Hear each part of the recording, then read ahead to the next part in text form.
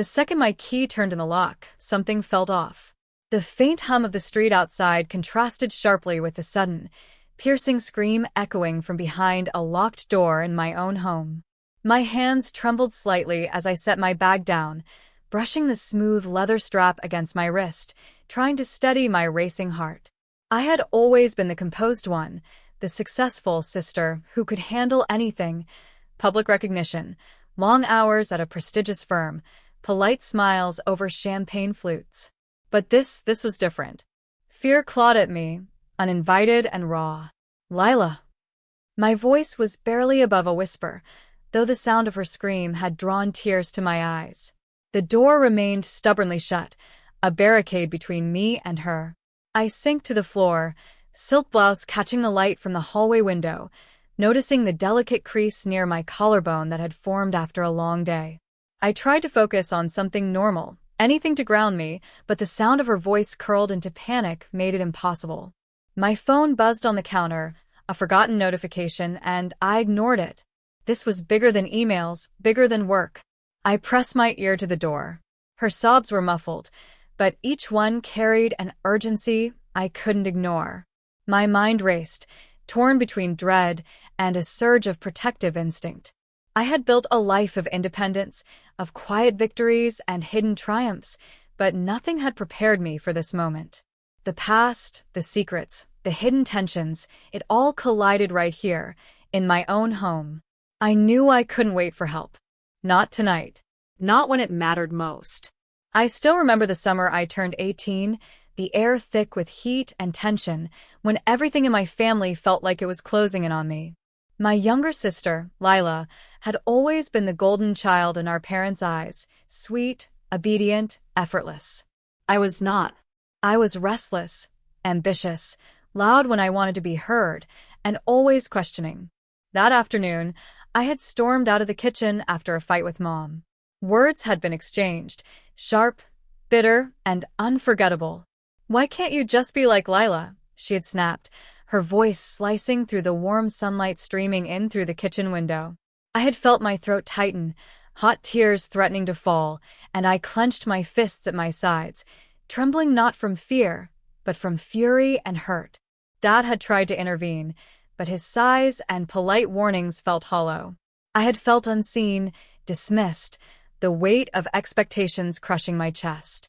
In that moment, I promised myself I would never rely on anyone's approval again. I needed to carve my own path, even if it meant walking it alone. Before I left the house that day, I found my grandmother sitting in her old rocking chair on the porch, knitting silently. She didn't say a word when I slumped beside her, just handed me a small, worn leather journal. "Write your truths," she said softly, "and don't let anyone else's vision of you decide your worth." Her eyes were kind, but they held the weight of knowing too much. That journal became my talisman, my secret map to independence. I spent that summer working odd jobs, saving every dollar I could, while my sister stayed in our bubble of privilege and protection. I stumbled, I fell, I learned. I faced rejection after rejection, each one hammering at my resolve, but the fire my grandmother had kindled inside me refused to die. By the time I left home for college, I had made a vow. I would succeed on my own terms, and no one, not even my family, would see the struggles I endured along the way. I was determined to show them, one day, the strength they had refused to recognize. And yet, despite every stride I made, there was always a pang of longing, a tiny echo of fear for Lila, for her safety, for the bond that had frayed under unspoken resentments. I carried it quietly, like a secret heartbeat under the pulse of my own independence. I left home with nothing but my grandmother's leather journal, a suitcase, and a determination that felt almost reckless. College was the first taste of freedom I had ever known, the kind that both thrilled and terrified me. I had no safety net, no family cheering from the sidelines. Every dollar I earned, every late night of studying or working 2 jobs, was mine to claim. It was during my second year that I met Jared Whitman, a seasoned graphic designer who ran a small but influential creative studio. Most people would have been intimidated by him, me included, but he saw something in my portfolio, in the chaotic energy of my sketches, that reminded him of his younger self. "You've got fire," he told me once, handing me a critique that could have crushed my confidence. Instead, it lit a spark.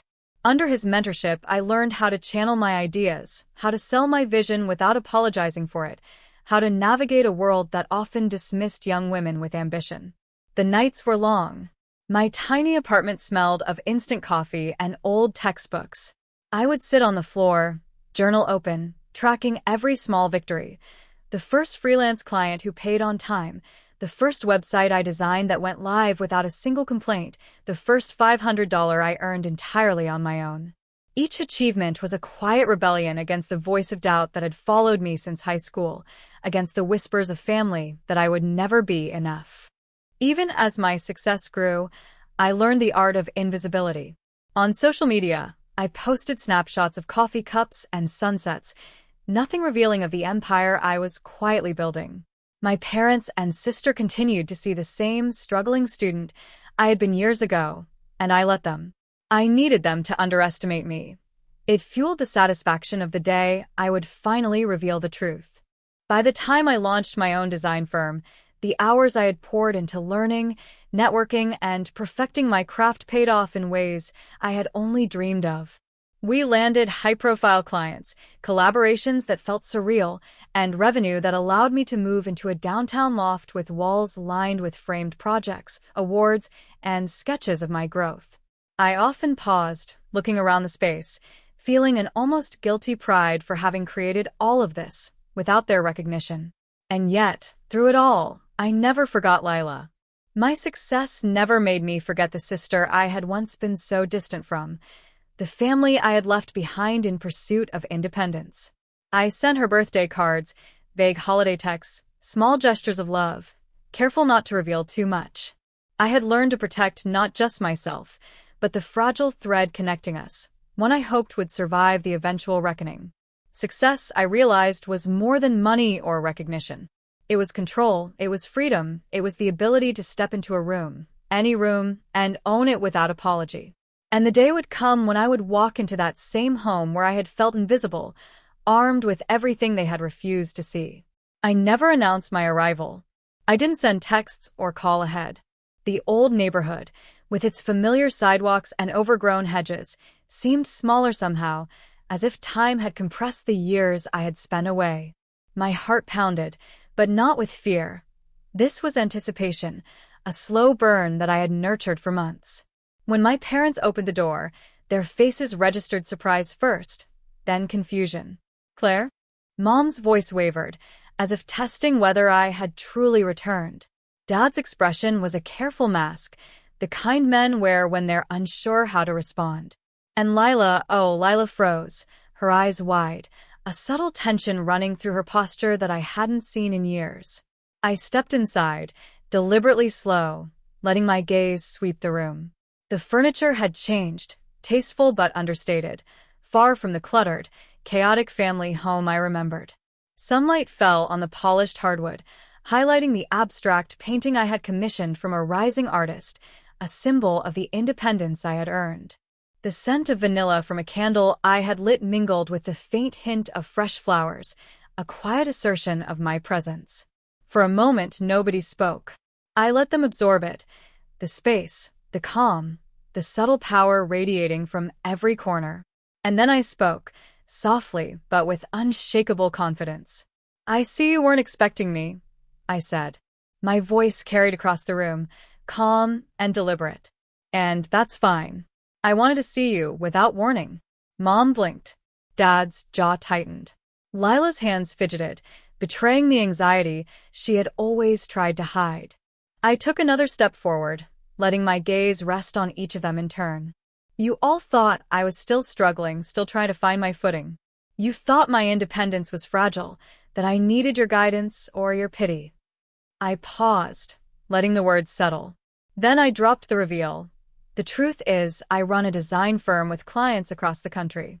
I own my apartment, my business, and a portfolio I built entirely from scratch. I don't need validation from anyone here, because I've already proven to myself what I'm capable of." The room was silent. Mom's lips parted, but no sound came. Dad's eyes darted between me and the walls, perhaps trying to reconcile the confident woman before him with the shy girl he remembered. Lila's mouth opened, then closed again. Shock, disbelief, and perhaps a hint of envy danced across her features. I let them sit with it. They needed to see, to feel, before I said another word. And then, finally, I smiled, a small, measured curve that carried both warmth and authority. I've come back not to accuse, not to punish, but to show you that underestimating someone doesn't make them smaller. It just gives them more room to grow. The power dynamics had shifted, invisibly, but completely. For years, I had played the underdog, the invisible one. Now, I was the one defining the terms of engagement, showing them that success wasn't about them. It was about me, my choices, my resilience. And though the tension hung thick in the air, I felt something else, too. A cautious hope that this confrontation, long overdue, could be the first step toward understanding, even reconciliation.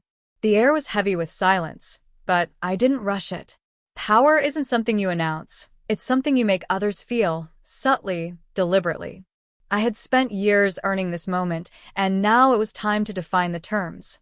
I'm not here to tear anyone down, I began, my voice calm but firm. But things need to change. For all of us. Mom swallowed hard, her hands twisting nervously. Dad's eyes were wary, and Lila's fingers tapped lightly against the table, a nervous rhythm I knew well. I let them wait, letting the weight of anticipation underscore my words. First, I said, Lila, you need to stop living in fear. I know the past has been difficult, and I know we've both made mistakes. But screaming behind a locked door? That's not safety, it's avoidance.